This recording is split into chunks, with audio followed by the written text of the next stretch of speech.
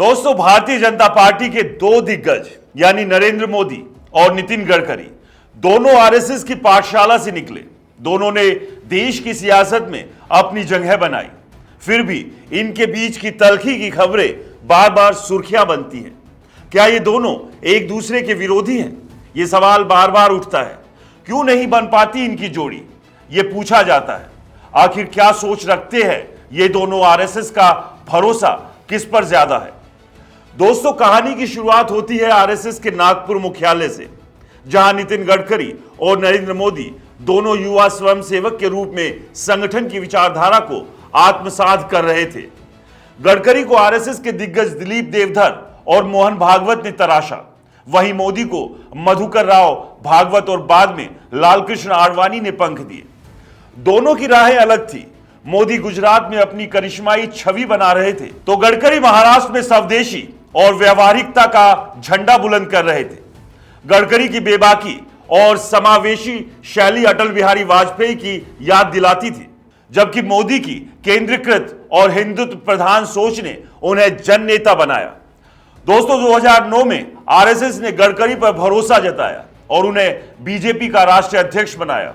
वह पार्टी में नई दिशा दे रहे थे, लेकिन 2012-13 में एक तूफान आया।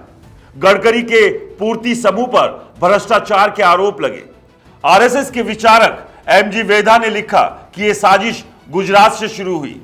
सीधा इशारा मोदी की ओर था। गडकरी को इस्तीफा देना पड़ा। बाद में आयकर विभाग ने उन्हें क्लीन चिट दी। लेकिन यह पहला मौका था जब दोनों के बीच खटास खुलकर सामने आई। गडकरी चुप रहे, लेकिन उनके समर्थकों ने इसे मोदी की पीएम बनने की राह में बाधा हटाने की चाल बताया। फिर इस घटना के कुछ महीने और साल बीते। 2014 में मोदी पीएम बने और गडकरी को सड़क परिवहन मंत्रालय मिला। उनकी मेहनत रंग लाई। 30 किलोमीटर प्रतिदिन सड़क निर्माण, एथनॉल मिश्रण, प्लास्टिक सड़कों जैसे प्रयोग ने उनकी पहचान बनाई। लेकिन तभी एक और घटना ने सबको चौंकाया। जुलाई 2014 में खबर आई कि गडकरी के दिल्ली आवास पर जासूसी उपकरण मिले।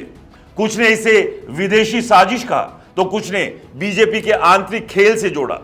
गडकरी ने इसे सट्टा कहकर टाल दिया, लेकिन बाद में स्वीकार किया कि आरएसएस के दबाव में वो चुप रहे। यह वाकया उनके और मोदी और शाह के बीच अविश्वास की गहराई को दिखाता है। दोस्तों, वक्त आगे बढ़ा। 2018-19 में गडकरी फिर चर्चा में आए। उन्होंने कहा जो वादे पूरे ना करे उन्हें जिम्मेदारी लेनी चाहिए। यह मोदी की 400 पार जैसी घोषणाओं पर तंज माना गया। जनवरी 2019 में महाराष्ट्र के किसान नेता किशोर तिवारी ने आरएसएस को पत्र लिखकर गडकरी को पीएम उम्मीदवार बनाने की मांग की। यह गडकरी की बढ़ती लोकप्रियता और आरएसएस के समर्थन का संकेत था, लेकिन मोदी शाह ने इसे नजरअंदाज किया। फिर 2022 में एक और झटका लगा। गडकरी को बीजेपी के संसदीय बोर्ड केंद्रीय चुनाव समिति से हटा दिया गया। आरएसएस के विचारक श्याम पंधारी पांडे ने इसे मोदी की जलन का परिणाम बताया। गडकरी ने जवाब में कहा, राजनीति अब सत्ता का खेल बन गई है, जो उनकी नाराजगी को दर्शाता था। दोस्तों, 2024 में टकराव और गहरा हुआ। खबरें आई कि मोदी शाह और देवेंद्र फडणवीस ने गडकरी को नागपुर लोकसभा सीट पर हराने की कोशिश की। शिवसेना के संजय राउत ने दावा किया कि फडणवीस ने इसके लिए पैसे खर्च किए। गडकरी के पोस्टों से गायब होने की चर्चाएं रही। उसी साल सीएजी ने गडकरी के मंत्रालय पर द्वारका एक्सप्रेस की लागत प्रति किलोमीटर को लेकर सवाल उठाए। कई विश्लेषकों ने इसे उनकी छवि खराब करने की साजिश माना। दोस्तों, मैं आपको बताना भूल गया एक और पुराना वाक्य। 2013 में गडकरी के बेटे की कार में 7 साल की बच्ची की लाश मिलने का मामला आया था। पुलिस ने इसे हत्या बलात्कार माना, लेकिन गडकरी ने जांच में सहयोग का दावा किया। यह उनकी छवि पर दाग बना और कुछ का मानना है कि मोदी शाह इसका इस्तेमाल उन्हें नियंत्रण करने के लिए करते हैं।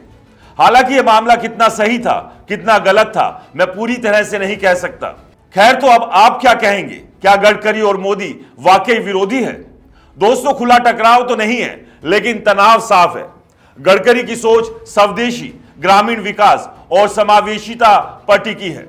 वो एमएसएमई, एथेनॉल जैसे प्रोजेक्ट को बढ़ावा देते हैं और विपक्ष के साथ भी दोस्ताना रवैया रखते हैं।